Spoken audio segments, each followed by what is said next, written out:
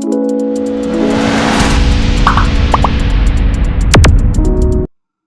बच्चों, welcome back to the journey face. आज हम शुरू करने जा रहे हैं बिजनेस स्टडीज़ का यूनिट 3 आपके CUET के सिलेबस में।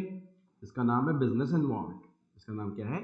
Business environment. और आज हम बिजनेस एनवायरनमेंट की जो शुरुआत करने जा रहे हैं वो शुरुआत करने जा रहे हैं उसके सिलेबस से। पहले हम ये जान तो लें कि हमें पढ़ना क्या है।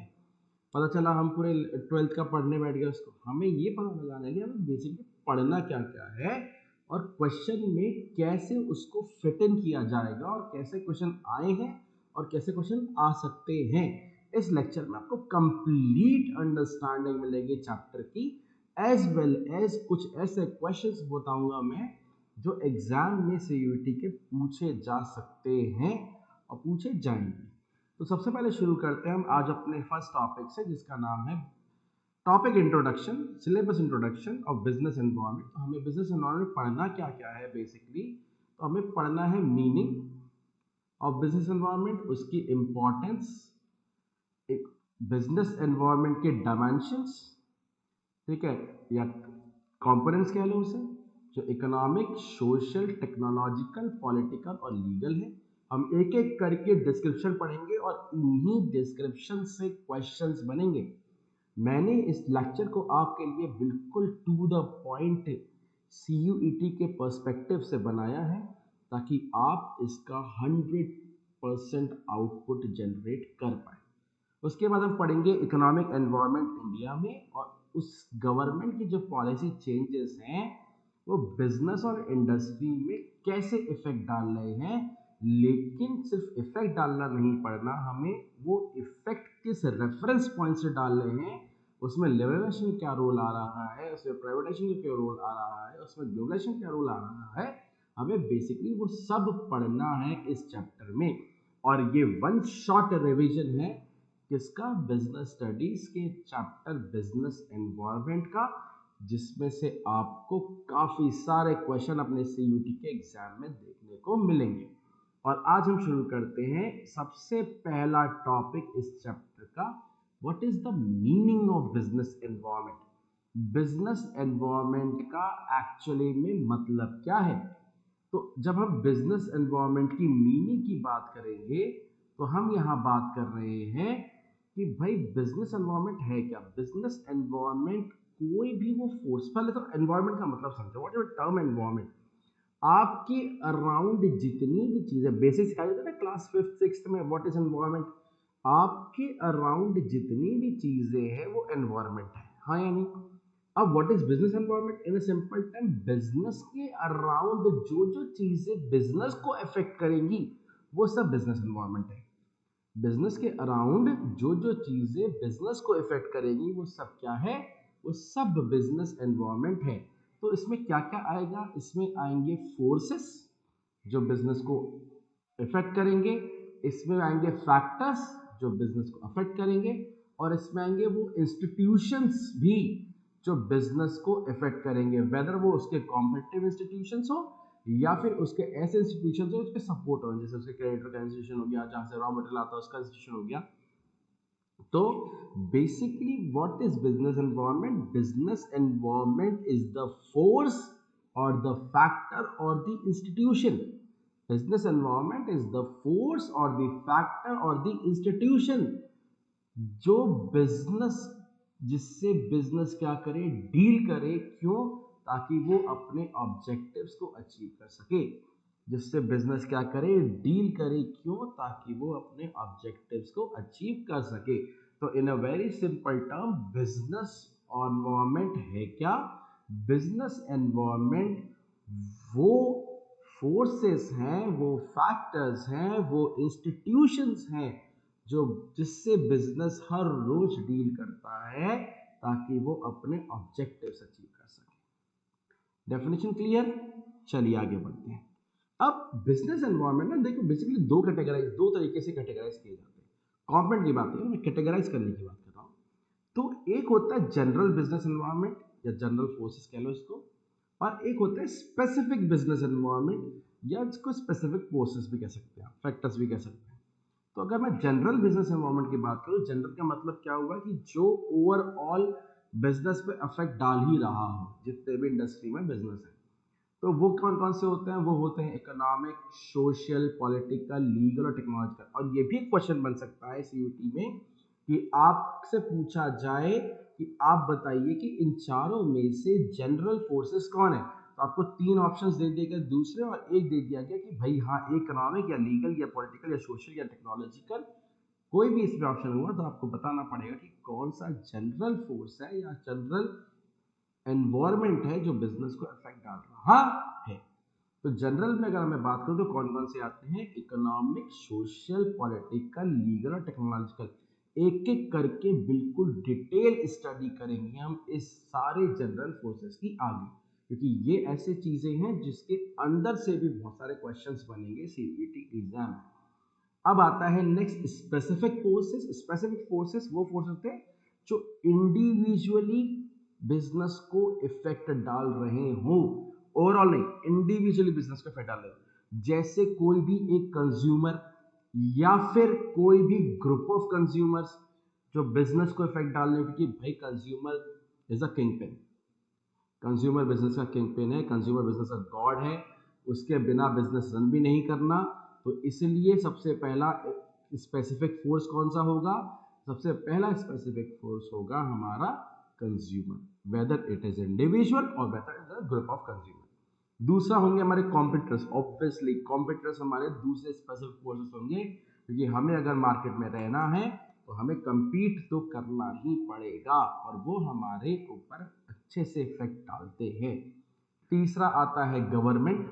गवर्नमेंट इंटरवेंशन भी एक बहुत बड़ा रोल प्ले करता है बिजनेस एनवायरनमेंट में। कोर्ट्स, मीडियास और बाकी के इंस्टीट्यूशंस, बहुत सारे तरीके होते हैं मीडिया के भी इफेक्ट करने के। मीडिया किस मीडिया में आप कि क्या आपके इंस्टीट्यूशन के बारे में राय है। मीडिया एक माउथ पीस है बेसिकली। मीडिया क्या है? माउथ पब्लिसिटी कर सकता है अगर आपका इंस्टीट्यूशन अच्छा है तो। Courts, media, government, competitor, consumer, other institution, ये सब क्या कहलाएंगे? ये सब आपके स्पेसिफिक फोर्सेस कहलाएंगे। क्या कहलाएंगे? आपके स्पेसिफिक फोर्सेस कहलाएंगे। तो अभी हमने क्या पढ़ा? अभी हमने पढ़ा बिजनेस एनवायरनमेंट का मतलब, और हमने पढ़ा कि बिजनेस एनवायरनमेंट जनरली कैटेगराइज कैसे किए जाते हैं। क्लियर हो गया बिल्कुल ढंग से? चलिए आगे शुरू करें। अब हम पढ़ने जा रहे हैं अपना next topic, importance of business environment. क्योंकि ये टॉपिक एक्चुअली में ना, अब भले सीवीटी पर्सपेक्टिव से उतना इंपॉर्टेंट ना हो, लेकिन ये लिंक है। ये लिंक है आगे आने वाले चैप्टर और अभी बिजनेस एनवायरनमेंट के डेफिनेशन में। क्योंकि अगर हम ये पढ़ लेंगे और अगर हम ये डिटेल स्टडी करेंगे इसकी, तो हम ये सीख सकते हैं कि भाई कैसे बिजनेस एनवायरनमेंट एक इम्पॉर्टेंट कंसेप्ट है किसी भी बिजनेस के ग्रो करने के लिए। तो सबसे पहला आता है, अगर बिजनेस अवेयर है उसके एनवायरनमेंट से, तो बिजनेस के पास रहता है फर्स्ट मूवर एडवांटेज। मैं आपको एक सिंपल सा एग्जांपल देता हूँ। आप सबने मारुति की गाड़ियां देखी होंगी, मारुति उद्योग के बारे में सुना होगा। मारुति उद्योग ने इस एनवायरनमेंट का पता लगाकर फर्स्ट मूवर एडवांटेज गेन किया। जब कोई भी मार्केट में, इंडिया में कोई भी कार मैन्युफैक्चर कंपनी नहीं थी, तो मारुति उद्योग वाज फर्स्ट, जिसने ये पता लगाया कि आने वाले समय में लोगों की डिमांड 4 व्हीलर्स के लिए बढ़ेंगी, प्राइवेट व्हीकल्स के लिए बढ़ेंगी, और मारुति उद्योग ने 4 व्हीकल्स की शुरुआत करी। और आज भी मारुति उद्योग को फर्स्ट मूवर एडवांटेज मिलता है उसके इतने सारे कंपेटिटर मार्केट में होने के बाद भी। क्लियर? नेक्स्ट आता है threats and early warning signals. Threats और early warning signal business environment हमें पहले से, अगर हमें बिजनेस एनवायरनमेंट में ढंग से स्टडी कर रखी है तो हमें पहले से ही पता चल जाता है। हम पहले से ही ये भाप सकते हैं कि क्या चेंजेस आने वाले हैं। जैसे मैं तुम्हें एक चीज बताता हूं, अगर हमें ये पता होता कि कोरोना की सिचुएशन आएगी, पैंडेमिक होगा, और पैंडेमिक के इतने बड़े सीवियर लॉसेस हमें झेलने पड़ेंगे कि लॉकडाउन की नौबत आ जाएगी, तो हम आज जो एडटेक कर रहे हैं, एडटेक पर हम जो मिल रहे हैं, आप और मैं जो यहाँ पर इस प्लेटफॉर्म पर, ऑनलाइन प्लेटफॉर्म पर मिल रहे हैं, ये आज से सालों पहले भी मिल रहे हैं। लेकिन यहाँ पर क्या हुआ, यहाँ पे अनअकैडमी जैसी कंपनीज को फर्स्ट मूवर एडवांटेज मिल गया क्योंकि उन्होंने शुरू से ये किया। तो बेसिकली यहाँ पर क्या है, ये थ्रेट्स है।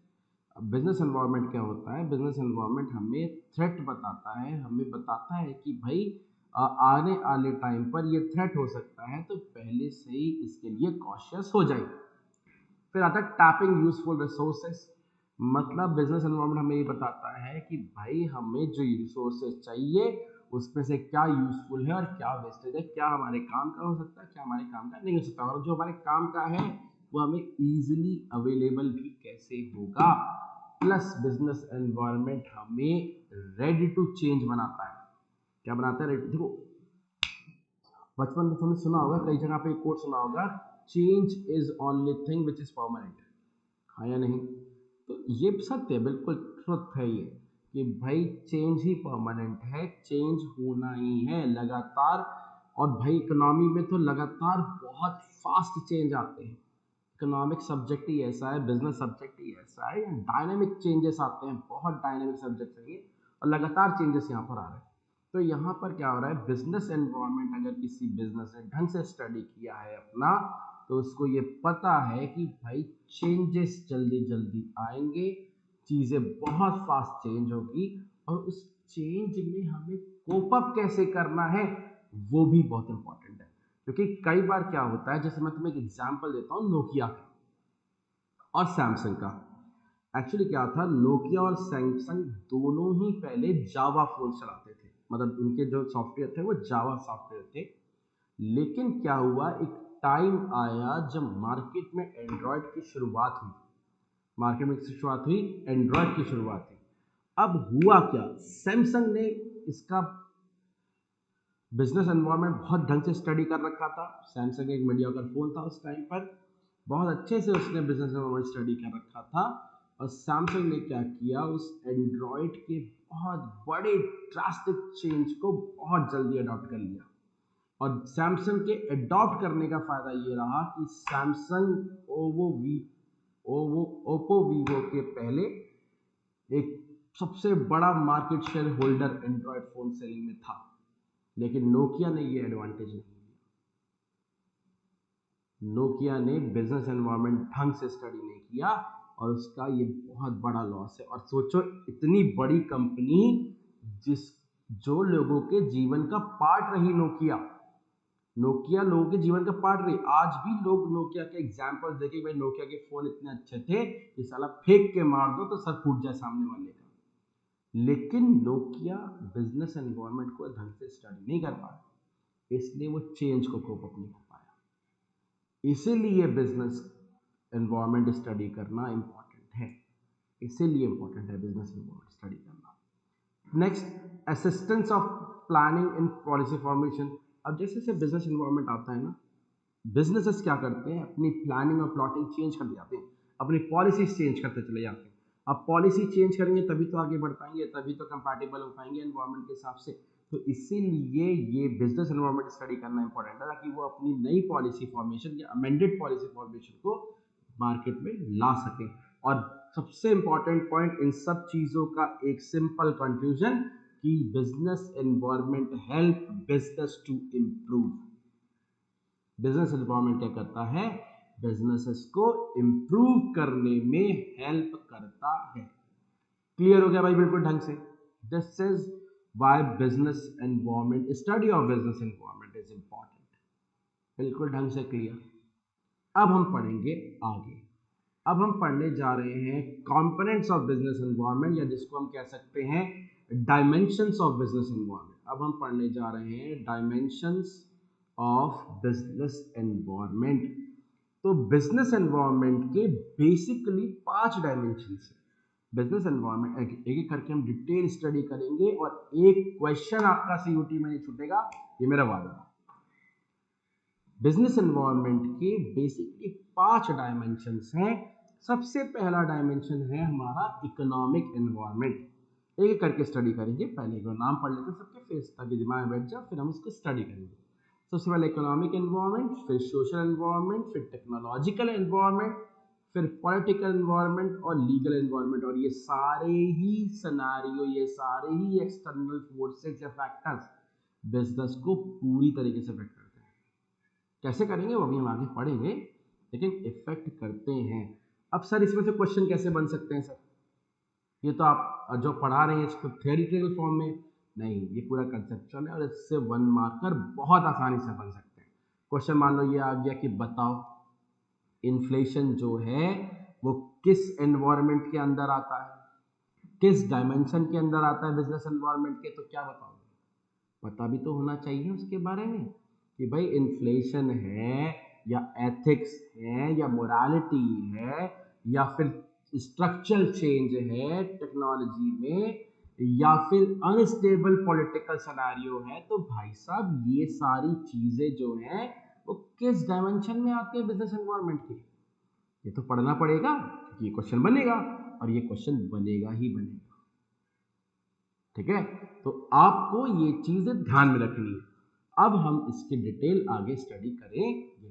तो सबसे पहला आता है हमारा भाई इकोनॉमिक एनवायरनमेंट। जैसे नाम से आप समझ रहे हैं, इकोनॉमिक एनवायरनमेंट बेसिकली वो एनवायरनमेंट होता है जो बिजनेस में फाइनेंशियली ग्रो करने में भी हेल्प कर सकता है और बिजनेस को फाइनेंशियली बैकफुट पे ले जाने में भी हेल्प कर सकता है भाई साहब।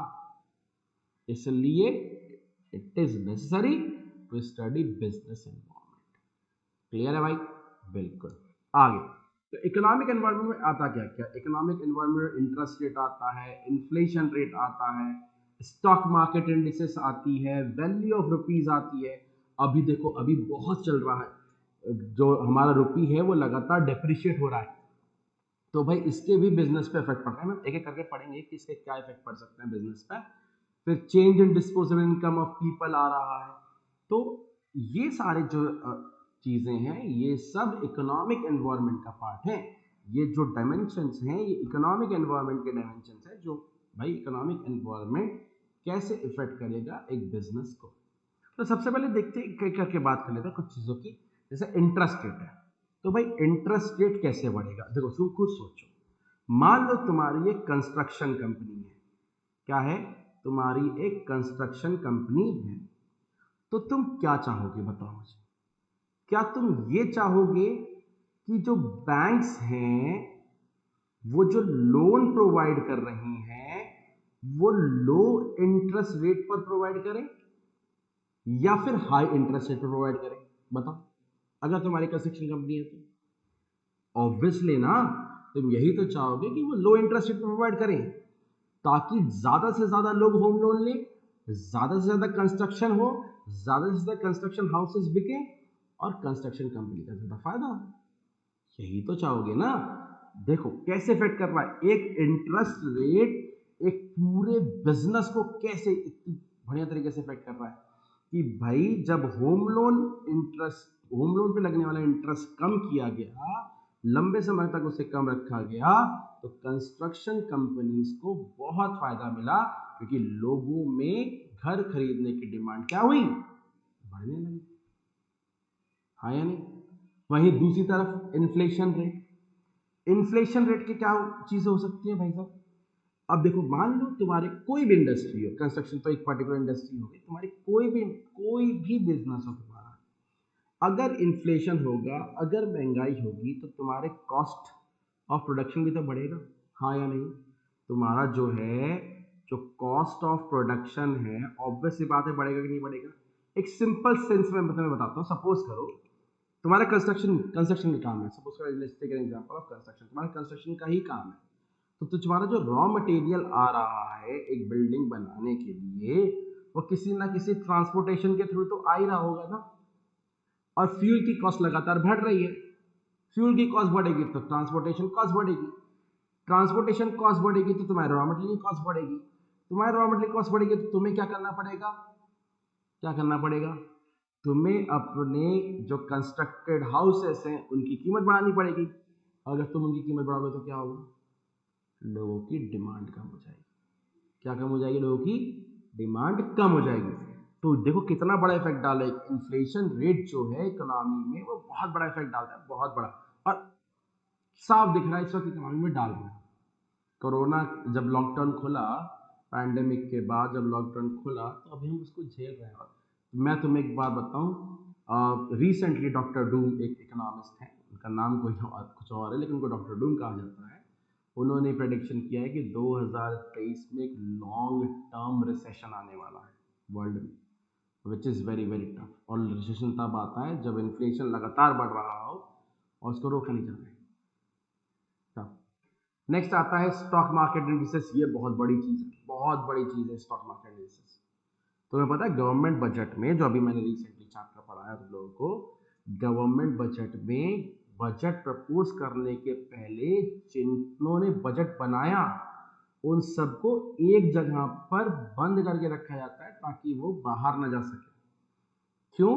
क्योंकि अगर उन्होंने वो बात लीक कर दी कि आने वाले टाइम पर 2-4 दिन बाद बजट प्रपोज होगा, उसमें क्या क्या चीजें हैं, स्टॉक मार्केट बहुत बूस्ट भी हो सकता है और स्टॉक मार्केट क्रैश भी हो सकता है। और ये होता है, ये बहुत सी बार होता है। तो स्टॉक मार्केट बहुत इंपॉर्टेंट है भाई। स्टॉक मार्केट कंपनीज की गुडविल फॉर्म करता है। स्टॉक मार्केट कंपनीज का गुडविल से साथ साथ कंपनीज के प्रोडक्शन में हेल्प करता है, कंपनीज के एक्सपोर्ट इंपोर्ट में हेल्प करता है, बहुत सारी चीजें। फिर आता है value of rupees. Value of rupees का अगर मैं सिंपल सा मतलब बताऊं, इसका मतलब है एप्रिसिएशन, एप्रिसिएशन और डेप्रिसिएशन। जो तुमने पढ़ा है ना, एप्रिसिएशन ऑफ करेंसी और depreciation of currency. Currency appreciate होगी तो उसके अपने फायदे नुकसान है, करेंसी डेप्रिशिएट होगी तो उसके अपने फायदे नुकसान है। वो भी बिजनेस एनवायरमेंट को बहुत बहुत बहुत बहुत इंपॉर्टेंटली अफेक्ट करता है किसी बिजनेस को। The change in disposable income of people. अब व्हाट इज डिस्पोजेबल इनकम, पहले तो यही पढ़ लेते हैं डिस्पोजेबल इनकम क्या है। तो सपोज करो डिस्पोजेबल इनकम है क्या। डिस्पोजेबल इनकम सिंपल सेंस में अगर मैं बताऊं, सपोज करो मान लो तुम्हारी 50,000 रुपये महीने की इनकम है, ठीक है, मान लो सपोज करो, और तुम इस पर मान लो 10% टैक्स पे करते हो। किसी भी सिनेरियो में तुम 10% टैक्स का हाइपोथेटिकली इसमें पे करते हो। तो बता, तुमने 5,000 रुपये पे कर दिया ना, क्या तुमने किया, तुमने 5,000 रुपये पे कर दिए। अब इसके बाद जो तुम्हारे पास पैसा बचा 45,000 रुपये, 45,000 रुपीज जो तुम्हारे पास अब बचे हुए हैं, ये तुम्हारी पर्सनल डिस्पोजेबल इनकम।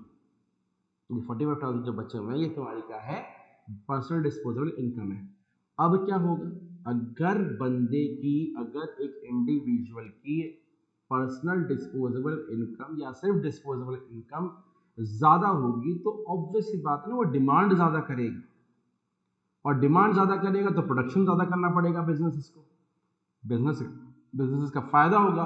लेकिन वहीं अगर डिस्पोजेबल इनकम कम है बंदे की, टैक्सेस पे करने, टैक्सेस रेट्स बहुत हाई हैं, और टैक्सेस पे करने के बाद उस पे पैसा कम बच रहा है, तो क्या होगा, तो भाई उसकी डिमांड कम होगी, और उसकी डिमांड कम होगी तो उससे क्या होगा, बिजनेस प्रोडक्शन कम होगा। क्लियर हुआ इकोनॉमिक एनवायरनमेंट को ढंग से। आगे बढ़ते हैं, अब हम पढ़ेंगे सोशल एनवायरनमेंट। क्या पढ़ेंगे, सोशल।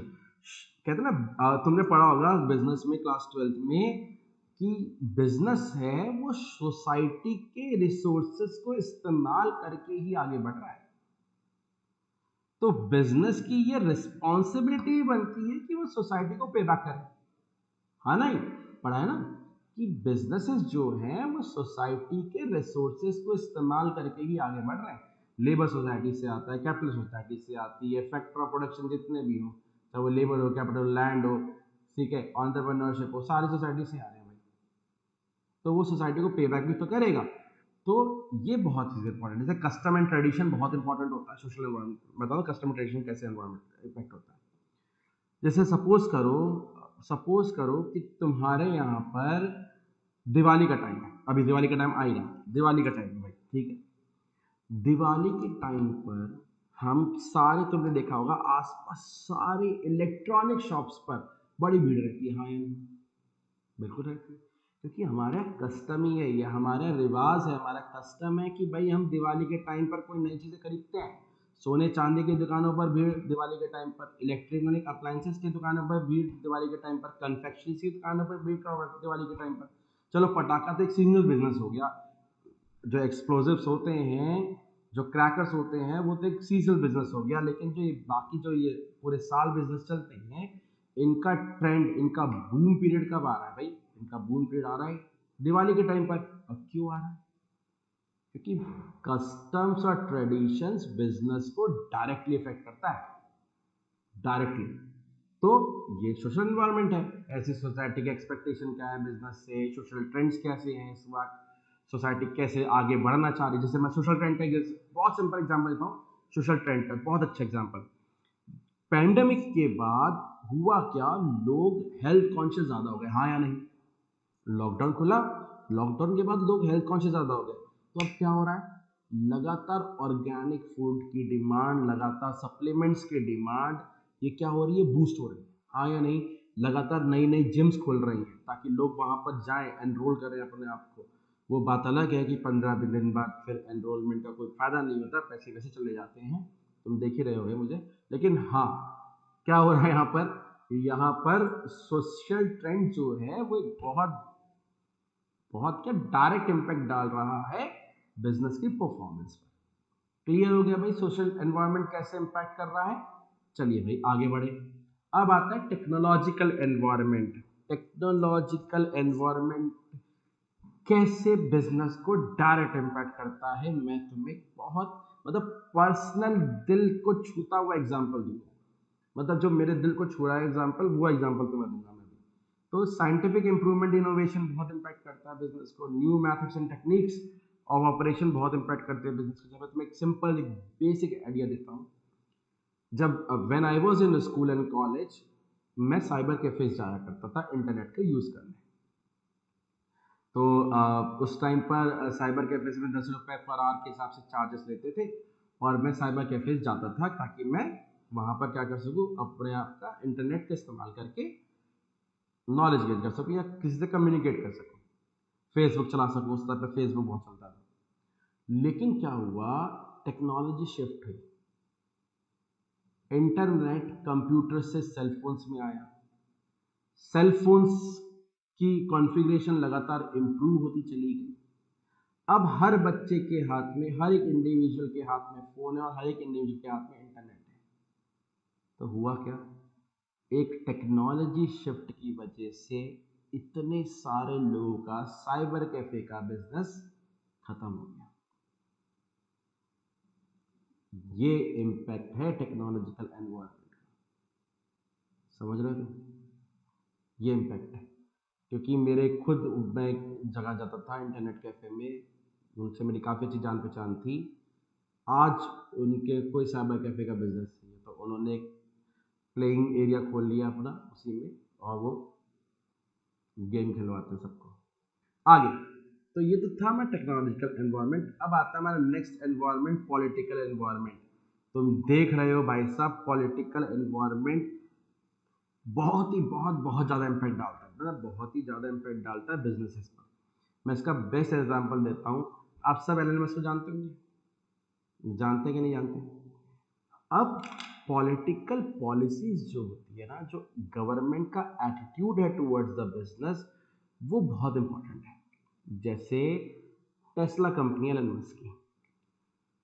अब हुआ क्या, टेस्ला को एलन मस्क चाहते थे कि टेस्ला जो है वो इंडिया में कार सेल करे, अपनी इलेक्ट्रॉनिक व्हीकल जो है वो इंडिया में वो सेल करे।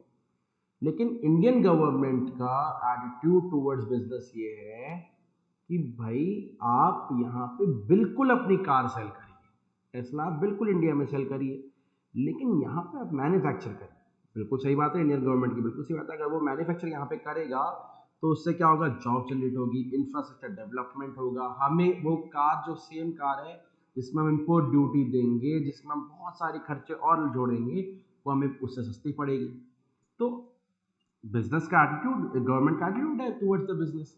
तो अभी तक टेस्ला हमारे इंडिया में नहीं आ पाई, इसलिए अभी तक टेस्ला हमारे इंडिया में नहीं आ पाई, क्योंकि भाई पॉलिटिकल एनवायरनमेंट बहुत बड़ा इम्पैक्ट डालता है बिजनेसेस को, बहुत बहुत बहुत बड़ा इम्पैक्ट डालता है। पॉलिटिकल स्टेबिलिटी होगी, जैसे और देखिए पाकिस्तान में पॉलिटिकल स्टेबिलिटी नहीं है, कभी भी नहीं रही, 35 साल से कभी भी पॉलिटिकल स्टेबिलिटी नहीं रही। तो वहाँ पे ज़्यादा कंपनीज जाना नहीं चाह रही, वहाँ पे फॉरेन कंपनीज, मल्टीनेशनल कंपनीज जो है सेटअप नहीं बनना चाह रही। लेकिन हमारे लगातार एमएनसीज आ रही हैं क्योंकि हमारे यहाँ पॉलिटिकल स्टेबिलिटी भी है, पीस भी है और attitude of government towards the business भी बहुत अच्छा है। बिजनेस गवर्नमेंट चांसेस देना चाह रही है बिजनेसेस को आगे बढ़ने का। फिर आता है next legal environment. Legal environment related to the courts कह सकते हैं इसे तरीके से कि भाई एडमिनिस्ट्रेटिव ऑर्डर्स क्या क्या हैं, कोर्ट के जजमेंट्स क्या आ रहे हैं, अगर आपका कोई गुड है। जैसे लीगल ऑर्डर का मैं एक बहुत सिंपल सा एग्जांपल दूं लीगल ऑर्डर का। आपने टीवी पर ऐड देखा होगा किंगफिशर का, ठीक है, आपने टीवी पर ऐड देखा होगा बकार्डी का, आपने टीवी पर ऐड देखा होगा रॉयल स्टैग का, आपने टीवी पर ऐड देखा होगा इंपीरियल ब्लू का। देखा है कि नहीं देखा है? अब ये सब क्या है? ये सब शराब है, आपको पता ही है भाई, ट्यूबॉक्स जीरो ये सब क्या है, ये सब शराब है। लेकिन आप एक ऐड में उसे गौर से देखिएगा, वो कभी भी ऐड में लिकर बोलते ही नहीं है, वो कभी भी ऐड में बियर बोलते ही नहीं है, क्योंकि ये लेजिस्लेशन रूल है, पास्ड रूल है गवर्नमेंट का, ऑर्डर है एडमिनिस्ट्रेटिव कि कोई भी एडवर्टीजमेंट डायरेक्टली शराब बेचने के लिए नहीं बनाया जा सकता। तो तुम देखोगे एडवर्टीजमेंट कोई स्पार्कलिंग वाटर से अपना प्रोडक्ट बेच रहा है, जैसे बकार्डी है, बकार्डी म्यूजिक सीडी से अपना प्रोडक्ट बेचती है। तो ये क्या है? ये सब गवर्नमेंट ऑर्डर को फॉलो कर रहे हैं, ठीक है। अब सिगरेट्स के पैकेट्स पे भी देखो तुम कॉशनरी वो आता है मैसेज, ठीक। तो ये सब क्या है? ये सब गवर्नमेंट एडमिनिस्ट्रेटिव ऑर्डर्स है। अब यहाँ पे खत्म होता है हमारा dimensions of business environment. Business environment में क्या क्या डायमेंशंस थे हमने सारे बिल्कुल ढंग से पढ़ लिए, और यहाँ से तो 110% क्वेश्चन आना ही आना है सीयूटी में। यहाँ से क्वेश्चन कि भाई ये एनवायरनमेंट बताओ किस डायमेंशन का है, मतलब ये जो फैक्टर है ये किस डायमेंशन का है और कैसे फिट कर रहा है, ये भी आ सकता है। तो बिल्कुल क्लियर हो गया आप लोगों को ढंग से। अब हम बढ़ते हैं आगे। अब हम पढ़ेंगे, अब हम जा रहे हैं इस टॉपिक के थर्ड और लास्ट पार्ट पे, जो बताता है हमें तीन मेन डेफिनेशन से हमें इंटरेक्ट कराता है, तीन मेन कंसेप्ट से इंटरेक्ट कराता है, और हमें ये बताता है कि वो तीन मेन कंसेप्ट्स कैसे बिजनेसेस को अफेक्ट कर रहे हैं। तो सबसे पहला जो आता है वो आता है ग्लोबलाइजेशन। सिंपल है, ग्लोबलाइजेशन क्या होता है? Globalisation integration interconnection of economies है। मतलब जब वर्ल्ड की इकोनॉमीज एक दूसरे के साथ एक प्लेटफॉर्म पर आकर गुड्स का, कैपिटल का, पीपल का, आइडियाज का, टेक्नोलॉजी का फ्लो कर रही हैं, तो उसको हम कहते हैं ग्लोबलाइजेशन। फिर आता है प्राइवेटाइजेशन। तुमने देखा होगा 1991 के पहले हमारे देश में, बिफोर 1991 पब्लिक सेक्टर का रोल बहुत ज़्यादा था, हाँ सर, था ना। लेकिन आफ्टर 1991 क्या हुआ? प्राइवेटाइजेशन की शुरुआत हुई, गवर्नमेंट अपने पीएसयूज के शेयर्स मार्केट में बेचने लगी और धीमे धीमे प्राइवेटाइजेशन बढ़ने लगा। तो what is privatisation? It is a reduction of the role of public sector in the economy. जब इकोनॉमी में पब्लिक सेक्टर का रोल कम होता है और प्राइवेट सेक्टर का इंप्रूवमेंट होता है, प्रमोशन होता है, तो उसको कहा जाता है प्राइवेटाइजेशन। फिर थर्ड आता है हमारा लिबरलाइजेशन। लिबरलाइजेशन का मतलब क्या होता है? देखो 1991 के पहले की बताता हूँ मैं तुम्हें। 1991 के पहले क्या था? इंडस्ट्रीज पर ये रेस्ट्रिक्शंस थे कि अगर कोई नई इंडस्ट्री सेटअप करनी है, कोई भी अगर नई इंडस्ट्री सेटअप करनी है या पुरानी इंडस्ट्री में कोई एक्सपेंशन करना है, या फिर पुरानी इंडस्ट्री में कोई एक्सपेंशन करना है, या फिर आपको अपना प्रोडक्ट डाइवर्सिफिकेशन भी करना है ना, तो आपको पहले लाइसेंस लेना पड़ेगा।